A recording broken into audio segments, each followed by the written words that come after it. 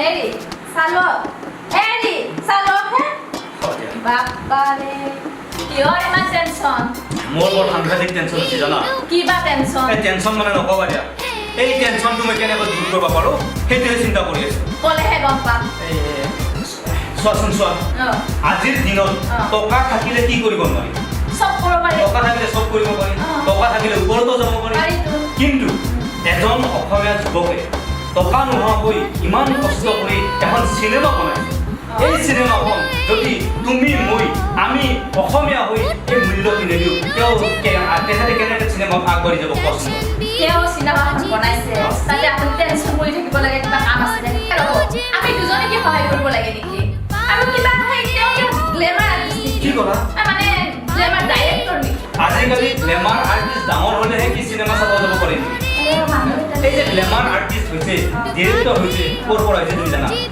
নাজানো সৰুৰ পৰা হৈছে আৰু আমি তেওঁলোকক উৎসাহ দিব লাগিব এজন অসমীয়া হৈ অসমীয়া যুৱকে চিনেমাখন বনাইছে তুমি মই আৰু আমি দহজনক আমি আগবঢ়াই দিব কিয় নোৱাৰো কোৱাচোন আপুনি ঘৰত চাউল নাই বুলি চিঞৰি আছো আপুনি হ'লে আনি দিবৰ কাৰণে পইচাই নাই কালিলৈ যদি আমি চহৰৰ চিনেমা এখন চাব যাব যাওঁ তেনেহ'লে দেখোন তাৰমানে টিকেটৰ খৰচটো নালাগিল তাতে আপুনি খাবৰ কাৰণে কিবা নিদিব অহা যোৱা খৰচ নাই তাতকৈ দেখোন মোৰ এযোৰ কাপোৰে পাওঁ দেখোন সেয়া হ'লে চিন্তা নাই চিনেমাখনৰ কথা বৰ চিন্তা তুমি বহুত চিন্তা কৰিছা তুমি চিন্তা কৰিছা কাপোৰৰ কথা আৰু মই চিন্তা কৰিছো এখন সমাজৰ কথা সমাজত এখন এজন যুৱকে সমাজত ওলাই আহিছে এখন চিনেমা বনাইছে সেইটো চিন্তা কৰি আছো আৰু তুমি কৈ আছা দুৰ্গা পূজা আহিছে কাপোৰ লাগে আজিকালি চিনেমা চাব যাবা আজিকালি টাউন চহৰত নালাগে তেনেহ'লে আজিকালি বিৰাট সুবিধা হৈছে এই আজিকালি গাঁৱে ভূঞে চহৰত গাঁৱে ভূঞে একেবাৰে প্ৰদৰ্শনৰ ব্যৱস্থা কৰা হৈছে আৰু টিকটৰ ব্যৱস্থা কৰা হৈছে টিকটৰ মূল্য কম গতিকে ইমান দূৰ যাব নালাগে আজিকালি গাঁৱতে চাব পাৰি এটা ঠিক মনত পেলাইছা তুমি এটা মই ফোন কৰি লওঁ হা মোৰ হেল্ল' ক'ত আছা ৰচোন তই ইমান টকা খৰচ কৰা তই এটা এই অসমীয়া ল'ৰা এটা চিনেমা এখন বনাইছে তই এটা টিকট ল'ব নোৱাৰা কি ক'লি লৈছা নামটো ফুটপাথৰ হিৰো লৈছা নেকি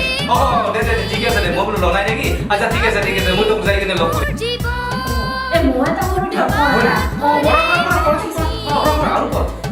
হেল্ল' আমাৰ মাতি কৰি আছা ৰচোন পিছতে কৰিবি এই চিনেমাখন ওলাইছে দেখোন অসমীয়া চিনেমা এই ডাইৰেক্টৰটোৰ নাম কিবা আছে ৰুবুল দাস কিবা বোলে ফুটপাথৰ চিনেমা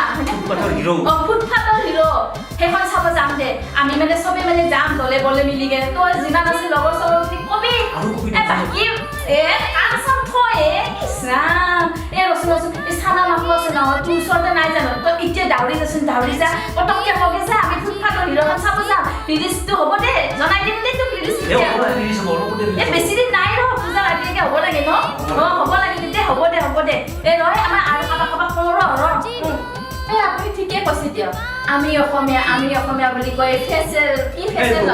ফেচবুক ছ'চিয়েল মিডিয়াত হোৱাটছআপত ষ্টেটাছ দি দিম লাভ নাই তাতকৈ আমি অসমীয়াৰ পৰিচয়টো ক'ত দিব লাগে কওকচোন যিমান কেইখন চিনেমা অসমীয়া চিনেমা আহে সকলোখন যদি চিনেমা চালে হয় তেতিয়াহে আমি অসমীয়া বুলি গৌৰৱ কৰিব পাৰোঁ কি কয় অসমীয়া চিনেমা চাব লাগে এই ভুলে হওক শুদ্ধই হওক এজন অসমীয়া ল'ৰা এজনে এখন চিনেমা বনাইছে তাতে ভুল হ'ব পাৰে আৰু ভুল শুদ্ধটো আমি ক'ত গম পাম যেতিয়া দৰ্শকে চাব আমাক আগুৱাই দিব আমি তেতিয়াহে মানে আগবাঢ়ি যাব পাৰিম আৰু তেখেতে আৰু পুনৰ এখন চিনেমাৰ কাৰণে আগবাঢ়িব পাৰিম